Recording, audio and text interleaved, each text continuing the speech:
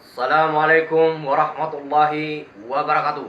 Merdeka, merdeka, merdeka. Kekuatan 55, 55, 55.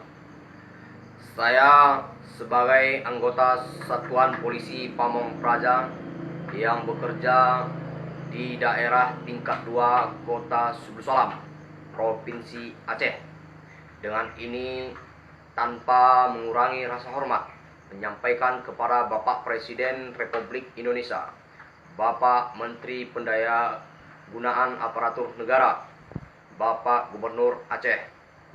Saya memohon kepada Bapak Presiden Republik Indonesia melalui Menpan RB, harapan kami mohon kiranya diperhatikan nasib kami yang sudah mengabdi belasan tahun.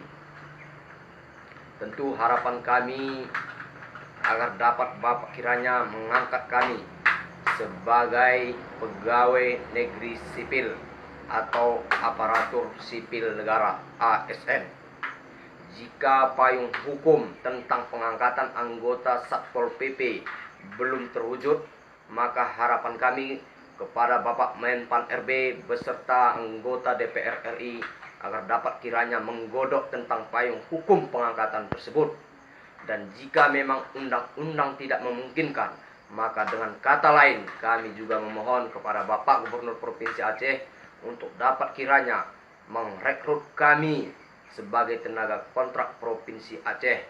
Arti kata untuk dipertanggungjawabkan oleh provinsi dengan harapan supaya honorium kami dapat maksimal selayaknya mengikuti UMP Provinsi Aceh.